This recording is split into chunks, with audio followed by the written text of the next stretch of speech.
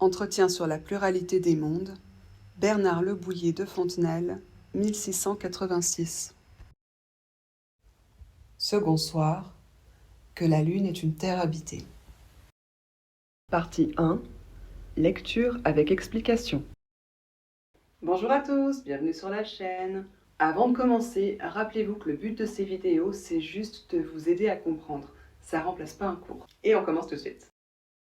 Le lendemain au matin, dès que l'on put entrer dans l'appartement de la marquise, j'envoyai savoir de ses nouvelles et lui demander si elle avait pu dormir en tournant. Elle me fit répondre qu'elle était déjà tout accoutumée à cette allure de la Terre et qu'elle avait passé la nuit aussi tranquillement qu'aurait pu faire Copernic lui-même. Quelque temps après, il vint chez elle du monde qui y demeura jusqu'au soir, selon l'ennuyeuse coutume de la campagne. Encore leur fut-on bien obligé, car la campagne leur donnait aussi le droit de pousser leur visite jusqu'au lendemain s'ils eussent voulu, et ils eurent l'honnêteté de ne pas le faire. Ainsi, la marquise et moi, nous nous retrouvâmes libres le soir. Nous allâmes encore dans le parc, et la conversation ne manqua pas de tourner aussitôt sur nos systèmes. Elle les avait si bien conçus qu'elle dédaigna en parler une seconde fois, et elle voulut que je la menace de quelque chose de nouveau. « Eh bien donc, lui dis-je, puisque le Soleil, qui est présentement immobile, a cessé d'être planète, et que la Terre, qui se meut autour de lui, a commencé d'en être une, vous ne serez pas si surprise d'entendre dire que la Lune est une Terre comme celle-ci, et qu'apparemment elle est habitée. » « Je n'ai pourtant jamais ouï parler de la Lune habitée, dit-elle, que comme d'une folie et d'une vision. »« C'en est peut-être une aussi, répondis-je. Je ne prends parti dans ces choses-là que comme on en prend dans les guerres civiles, où l'incertitude de ce qui peut arriver fait qu'on entretient toujours des intelligences dans le parti opposé et qu'on a des ménagements avec ses ennemis mêmes. Pour moi, quoique je croie la Lune habitée, je ne laisse pas de vivre civilement avec ceux qui ne le croient pas et je me tiens toujours en état de me pouvoir ranger à leur opinion avec honneur si elle avait le dessus. Mais en attendant qu'ils aient sur nous quelque avantage considérable, voici ce qui m'a fait pencher du côté des habitants de la Lune. Ici, vous pouvez voir qu'on est le lendemain au matin, on est toujours chez la marquise, ils discutent par message interposé de ce qu'ils ont vu hier. La marquise a reçu des gens pendant la journée, et comme vous pouvez le voir dans les propos que l'auteur fait tenir aux philosophes par rapport à ces traditions de la campagne qui sont de rester jusqu'au soir, voire même carrément jusqu'au matin, que l'auteur désapprouve. La journée passe, et le soir, ils se retrouvent à nouveau dans le parc pour parler de science. Donc là, vous voyez qu'il reparle des systèmes que la marquise a très bien compris, et vous pouvez voir qu'elle veut qu'il la menace de quelque chose de nouveau. Comprenez par là qu'il lui enseigne quelque chose de nouveau. Quelque chose qui va bouleverser sa représentation des choses, voire même peut-être un peu l'inquiéter, comme la Terre qui tourne, comme on a vu précédemment. Juste ici, vous pouvez voir que le philosophe émet la possibilité que la Lune soit habitée. Et là, vous voyez que la marquise répond que apparemment c'est faux et que c'est plutôt une folie, une invention. Et là, par la réponse du philosophe, il lui fait comprendre que oui, c'est vrai, c'est pas certain, mais qu'on ne peut pas l'exclure non plus. Et là, il compare la prise de parti pour l'une des deux théories à la prise de parti qu'on pourrait avoir dans une guerre civile. Et il explique qu'en fait, il ne faut pas être trop pour l'un ou trop pour l'autre, de sorte que lorsque l'un des deux vaincra, on puisse toujours s'en sortir. Et donc, il ne soutient pas beaucoup plus une théorie que l'autre, il accepte la possibilité des deux, et puis c'est aussi une façon de dire qu'il faut savoir accepter d'avoir tort, accepter que on ne sait pas tout. Supposons qu'il n'y ait jamais eu nul commerce entre Paris et Saint-Denis, et qu'un bourgeois de Paris, qui ne sera jamais sorti de la ville, soit sur les tours de Notre-Dame et voit Saint-Denis de loin. On lui demandera s'il croit que Saint-Denis soit habité comme Paris. Il répondra hardiment que non, car dira-t-il, je vois bien les habitants de Paris, mais ceux de Saint-Denis, je ne les vois point, on n'en a jamais entendu parler. Il y aura quelqu'un qui lui représentera qu'à la vérité, quand on est sur les tours de Notre-Dame, on ne voit pas les habitants de Saint-Denis, mais que l'éloignement est en cause, que tout ce qu'on peut voir de Saint-Denis ressemble fort à Paris, que Saint-Denis a des clochers, des maisons, des murailles, et qu'il pourrait bien encore ressembler à Paris d'en être habité. Tout cela ne gagnera rien sur mon bourgeois, il s'obstinera toujours à soutenir que Saint-Denis n'est point habité, puisqu'il n'y voit personne. Notre Saint-Denis, c'est la Lune, et chacun de nous est ce bourgeois de Paris qui n'est jamais sorti de sa ville. « Ah !» interrompit la marquise, « vous nous faites tort, nous ne sommes point si sots que votre bourgeois. Puisqu'il voit que Saint-Denis est tout à fait comme Paris, il faut qu'il ait perdu la raison pour ne le pas croire habité. » Mais la Lune n'est point du tout faite comme la Terre. Prenez garde, madame, repris-je, car s'il faut que la Lune ressemble en tout à la Terre, vous voilà dans l'obligation de croire la Lune habitée. J'avoue, répondit-elle, qu'il n'y aura pas moyen de s'en dispenser. Et je vous vois un air de confiance qui me fait déjà peur. Les 2 mouvements de la Terre dont je ne me fusse jamais douté me rendent timide sur tout le reste. Mais pourtant, serait-il bien possible que la Terre fût lumineuse comme la Lune? Car il faut cela pour leur ressemblance. Hélas, madame, répliquai-je, être lumineux n'est pas si grand-chose que vous pensez. Il n'y a que le Soleil en qui cela soit une qualité considérable. Il est lumineux par lui-même et en vertu d'une nature particulière qu'il a. Mais les planètes n'éclairent que parce qu'elles sont éclairées de lui. Il envoie sa lumière à la Lune, elle nous la renvoie, et il faut que la Terre renvoie aussi à la Lune la lumière du Soleil. Il n'y a pas plus loin de la Terre à la Lune que de la Lune à la Terre. Dans cette partie-là, le philosophe il va faire une comparaison entre Paris et Saint-Denis et la Terre et la Lune. Le but, c'est de démontrer la ressemblance entre la Terre et la Lune en la comparant à la ressemblance entre Paris et Saint-Denis pour montrer que ce serait possible que la Lune soit habitée. Donc dans sa comparaison, il part du principe qu'il n'y aurait jamais eu de commerce, jamais eu de contact entre Paris et Saint-Denis, exactement comme entre la Terre et la Lune. Dans cette situation-là, les habitants de Paris penseraient que Saint-Denis est inhabité, parce qu'ils sont trop loin pour voir les habitants de Saint-Denis, comme on est trop loin pour voir les habitants de la Lune. Par contre, depuis Paris, on peut facilement observer que Saint-Denis est en tout point pareil à Paris. Et là, il énumère certains éléments qu'on peut voir à Paris comme à Saint-Denis. Et donc, puisque les 2 villes sont ressemblantes, il se peut que Saint-Denis ressemble à Paris au point d'être également habité. Et puisque la Lune ressemble à la Terre sur beaucoup de points, il se pourrait bien que la Lune soit également habitée, même si on ne peut pas voir les habitants parce qu'on est trop loin. La marquise, évidemment, refuse la comparaison, et vous pouvez voir qu'elle dit que c'est évident que Saint-Denis est pareil à Paris et donc habité, alors qu'elle trouve que la Lune est bien différente de la Terre. D'ailleurs, vous voyez dans ses propos qu'elle trouve stupide l'exemple d'un bourgeois qui verrait Saint-Denis en pensant qu'elle est inhabitée, et vous voyez dans la réponse du philosophe qu'il la prend au mot en lui disant que, du coup, si la Lune et la Terre sont vraiment pareilles, vous serez obligé de croire qu'elle est habitée. Et vous voyez que la marquise reconnaît que oui, effectivement, elle sera obligée, et qu'elle est un peu effrayée de ce qu'il va lui dire. Elle voit déjà qu'il risque d'avoir raison. Donc là, la marquise, elle se base sur ce qu'elle peut voir, que la Lune est lumineuse, en tout cas c'est comme ça qu'on la voit, et elle commence par demander si la Terre est aussi lumineuse que la Lune, parce que pour qu'elle soit pareille, il faut que la Terre fasse aussi de la lumière. Et là, le philosophe commence à expliquer pourquoi la Lune est lumineuse. Il explique donc que c'est le Soleil qui émet la lumière, et que les planètes renvoient la lumière, et que donc la Terre renvoie de la lumière comme la Lune renvoie la lumière. Donc la Lune ne fait pas de lumière, la Terre non plus. Par contre, oui, techniquement, elles sont toutes les 2 lumineuses, comme toutes les autres planètes. Mais, dit la marquise, la Terre est-elle aussi propre que la Lune à renvoyer la lumière du Soleil? Je vous vois toujours pour la Lune, repris-je, un reste d'estime dont vous ne sauriez vous défaire. La lumière est composée de petites balles qui bondissent sur ce qui est solide et retournent d'un autre côté au lieu qu'elles passent au travers de ce qui leur présente des ouvertures en ligne droite, comme l'air ou le verre. Ainsi, ce qui fait que la Lune nous éclaire, c'est qu'elle est un corps dur et solide, qui nous renvoie ces petites balles. Or, je crois que vous ne contesterez pas à la Terre cette même dureté et cette même solidité. Admirez donc ce que c'est que d'être posté avantageusement. Parce que la Lune est éloignée de nous, nous ne la voyons que comme un corps lumineux et nous ignorons que ce soit une grosse masse semblable à la Terre. Au contraire, parce que la Terre a le malheur que nous la voyons de trop près, elle ne nous paraît qu'une grosse masse propre seulement à fournir de la pâture aux animaux, et nous ne nous apercevons pas qu'elle est lumineuse, faute de nous pouvoir mettre à quelque distance d'elle. Il en irait donc de la même manière, dit la marquise, que lorsque nous sommes frappés de l'éclat des conditions levées au-dessus des nôtres, et que nous ne voyons pas qu'au fond, elles se ressemblent tout extrêmement. Là, la marquise continue de l'interroger sur la capacité de la Terre à renvoyer la lumière de la même manière que la Lune. Donc le philosophe lui explique comment fonctionne la lumière. Il la compare à des petites balles qui vont rebondir sur les matières ou passer à travers. Et donc il nous dit que la Lune, elle est dure et solide, comme la Terre, donc les deux renvoient la lumière de la même manière. Et juste ici, il explique que c'est la distance qui fait que on voit que la Lune fait de la lumière, mais pas la Terre. Qu'en fait, on est suffisamment loin de la Lune pour ne la voir que comme un corps lumineux, et beaucoup trop près de la Terre puisqu'on est dessus, pour voir la lumière qu'elle renvoie du Soleil.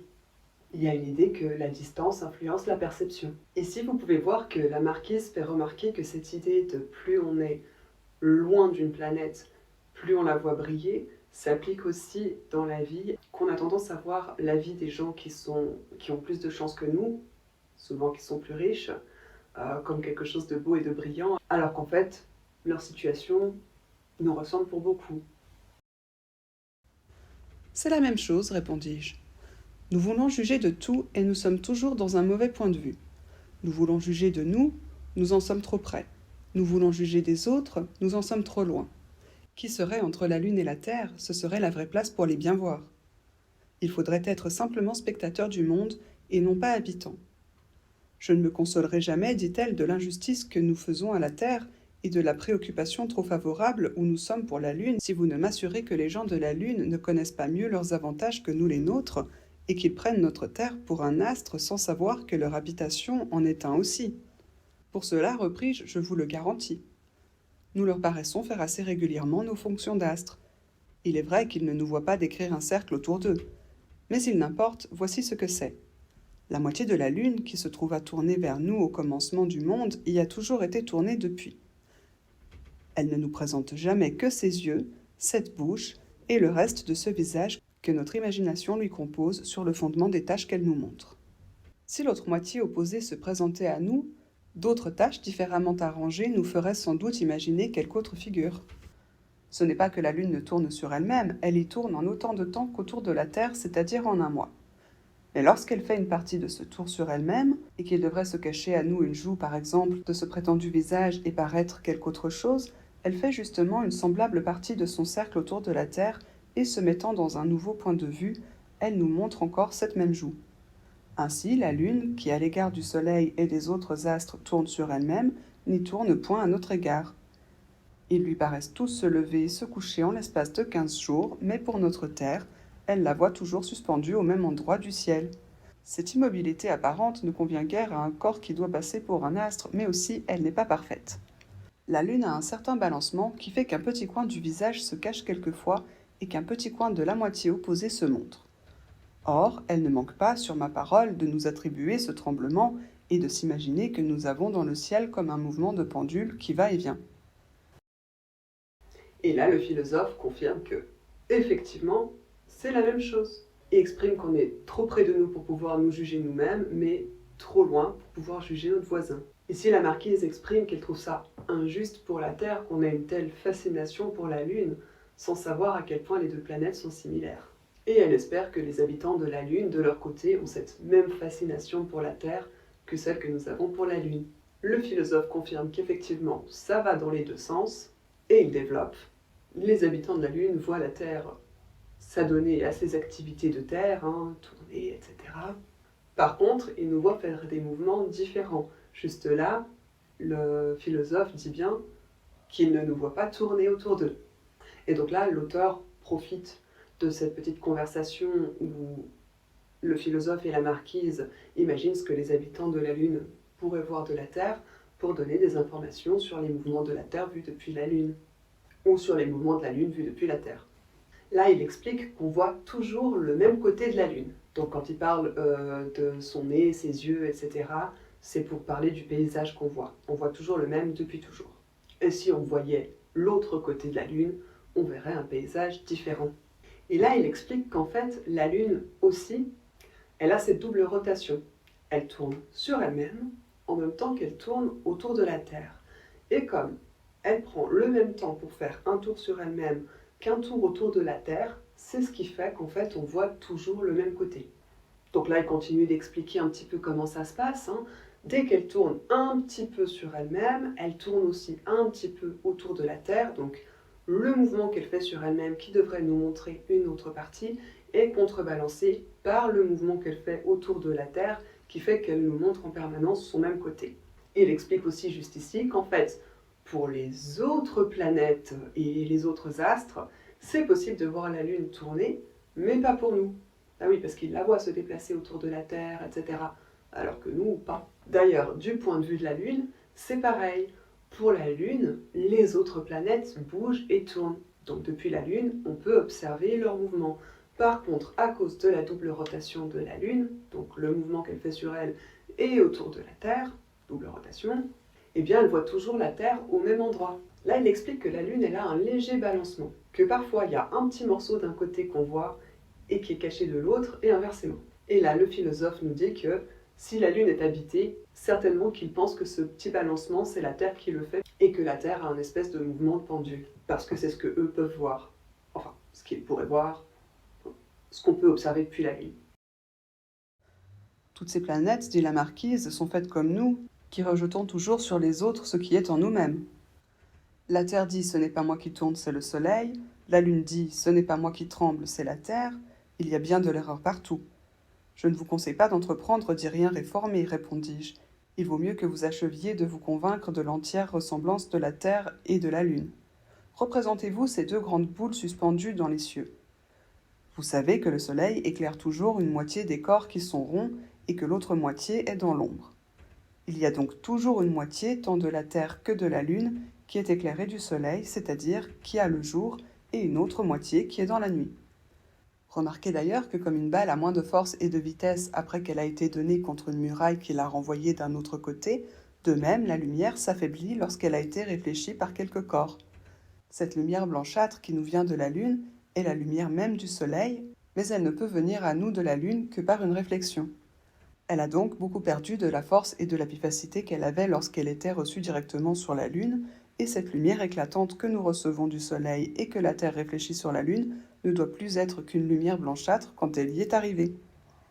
Ainsi, ce qui nous paraît lumineux dans la Lune et qui nous éclaire pendant nos nuits, ce sont des parties de la Lune qui ont le jour. Et les parties de la Terre qui ont le jour lorsqu'elles sont tournées vers les parties de la Lune qui ont la nuit, les éclairent aussi. Tout dépend de la manière dont la Lune et la Terre se regardent. Dans les premiers jours du mois que l'on ne voit pas la Lune, c'est qu'elle est entre le Soleil et nous et qu'elle marche de jour avec le Soleil. Il faut nécessairement que toute sa moitié qui a le jour soit tournée vers le Soleil et que toute sa moitié qui a la nuit soit tournée vers nous. Nous n'avons garde de voir cette moitié qui n'a aucune lumière pour se faire voir. Mais cette moitié de la Lune qui a la nuit étant tournée vers la moitié de la Terre qui a le jour nous voit sans être vue, et nous voit sous la même figure que nous voyons la pleine Lune. C'est alors pour les gens de la Lune, pleine Terre, s'il est permis de parler ainsi. Ensuite, la Lune qui avance sur son cercle d'un mois se dégage de dessous le Soleil et commence à tourner vers nous un petit coin de sa moitié éclairée, et voilà le croissant. Alors aussi les parties de la Lune qui ont la nuit commencent à ne plus voir toute la moitié de la Terre qui a le jour, et nous sommes en décours pour elle. Et ici, la marquise fait remarquer qu'on a tous tendance à faire la même chose du coup, qu'on rejette sur les autres ce qu'on fait nous-mêmes. Et elle développe avec les humains qui pensent que la Terre ne tourne pas, et donc la Lune qui pense que c'est la Terre qui se balance, etc. En somme, on fait tous la même erreur. Là, le philosophe revient sur le sujet scientifique et commence à expliquer le jour et la nuit. Et donc il explique que les parties des planètes qui sont illuminées par le Soleil sont dans le jour, et que les parties des planètes qui ne sont pas illuminées par le Soleil sont dans la nuit. Là, il utilise de nouveau l'image de la balle pour expliquer la lumière, et donc pour expliquer pourquoi les planètes sont moins lumineuses que le Soleil. Et donc il explique qu'une balle, après avoir été lancée, une fois qu'elle rebondit, elle a moins d'énergie que quand on l'a lancée. Que la lumière, c'est pareil. Elle est envoyée par le Soleil comme on lance la balle, qu'elle rebondit sur les planètes, comme la balle rebondirait sur n'importe quelle surface, et que donc elle s'affaiblit lorsqu'elle est renvoyée par les planètes, comme la balle une fois qu'elle a rebondi. Voilà pourquoi les planètes sont moins lumineuses que le Soleil. Ici donc il explique aussi qu'on est éclairé seulement par les parties de la Lune qui sont illuminées, donc les parties de la Lune qui ont le jour. Et que c'est pareil dans l'autre sens.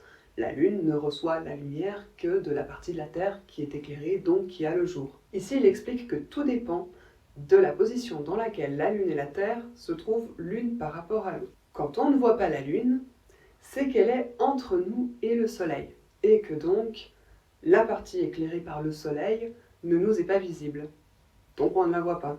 Donc forcément, on ne voit pas la moitié de la Lune qui est tournée vers nous, parce qu'elle n'est pas éclairée. Et ça explique pourquoi est-ce qu'on voit la Lune croître et décroître. Par contre, depuis la Lune, dans cette situation-là, on peut très bien voir la Terre. Elle est éclairée, pareil que quand pour nous c'est la pleine Lune. Ensuite, comme la Lune se déplace, on commence à la voir de plus en plus. Par contre, eux, ils nous voient de moins en moins. Ce qui veut dire que comme nous, on voit la Lune croître et décroître, eux, ils voient la même chose avec la Terre. Eux, ils sont inventés, mais depuis la Lune, on peut voir la même chose avec la Terre.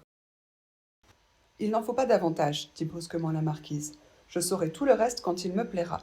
Je n'ai qu'à y penser un moment et qu'à promener la Lune sur son cercle d'un mois.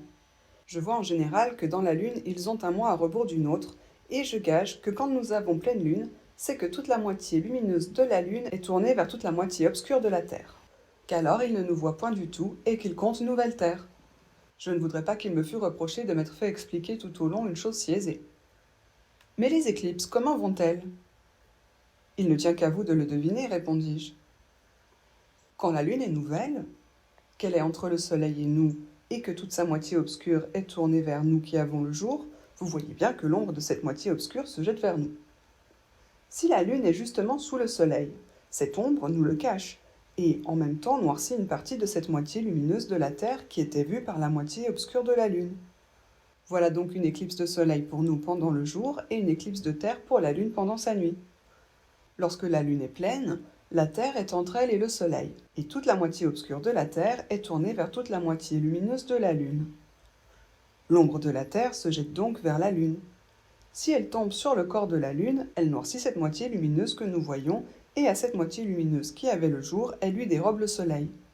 Voilà donc une éclipse de Lune pendant notre nuit, et une éclipse de Soleil pour la Lune pendant le jour dont elle jouissait. Ce qui fait qu'il n'arrive pas des éclipses toutes les fois que la Lune est entre le Soleil et la Terre, ou la Terre entre le Soleil et la Lune, c'est que souvent ces trois corps ne sont pas exactement rangés en ligne droite, et que par conséquent, celui qui devait faire l'éclipse jette son ombre un peu à côté de celui qui en devait être couvert. Là, vous voyez que la marquise a compris, selon la position où on est l'un par rapport à l'autre, on se voit plus ou moins. Et elle finit ce raisonnement en expliquant que du coup, lorsque c'est la pleine lune, toute la moitié de la lune illuminée par le soleil est tournée vers toute la moitié obscure de la Terre. Et là, elle continue à réfléchir. Comment ça se passe pour les éclipses? Et donc là, il lui explique les éclipses. Donc il revient sur le moment où nous, on ne voit pas la Lune, ce qui veut dire quand elle est entre le Soleil et nous, et donc ce moment où eux nous voient bien comme si c'était pleine Terre, pleine Lune mais avec la Terre. Il explique que l'ombre de la Lune, à ce moment-là, va dans notre direction. Et il explique que si la Lune est justement sous le Soleil, elle nous le cache. Et qu'au passage, l'ombre de la Lune assombrit une des parties lumineuses de la Terre. Et il explique que c'est une éclipse solaire pour nous, parce que la Lune nous cache le Soleil pendant la journée, et une éclipse de Terre pour la Lune, parce que l'ombre de la Lune nous cache pendant sa nuit. Et là, il va expliquer l'inverse. Donc on change les positions de tout le monde, sauf du Soleil évidemment. Donc lorsque la Lune est pleine pour nous, que nous, on est entre la Lune et le Soleil, que cette fois-ci c'est l'ombre de la Terre qui passe devant le Soleil, qui se projette sur la Lune, et que donc c'est une éclipse lunaire pendant la nuit pour la Terre, mais une éclipse solaire pendant la journée pour la Lune.